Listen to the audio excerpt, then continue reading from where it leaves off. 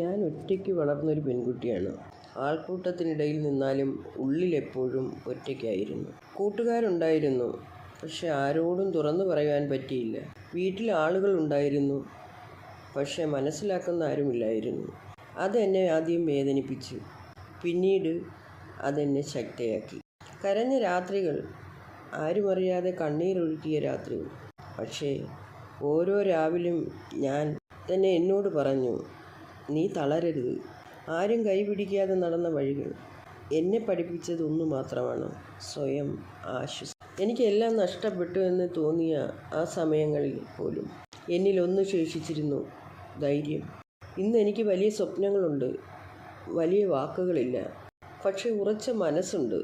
എൻ്റെ കഥ ആരെയെങ്കിലും ഒരു നിമിഷം പോലും ആശ്വസിപ്പിക്കുന്നുണ്ടെങ്കിൽ എൻ്റെ വേദനയ്ക്ക് അർത്ഥമുണ്ട്. ഞാൻ ഒറ്റയ്ക്കാണ് വളർന്നത്, പക്ഷേ ഞാൻ തകർന്നില്ല. ഞാൻ വളർന്നു, ഞാൻ ശക്തയായി. ഈ കഥ നിങ്ങൾക്ക് ഇഷ്ടമായെങ്കിൽ ലൈക്ക് ചെയ്യൂ, ഷെയർ ചെയ്യൂ, ചാനൽ സബ്സ്ക്രൈബ് ചെയ്യൂ.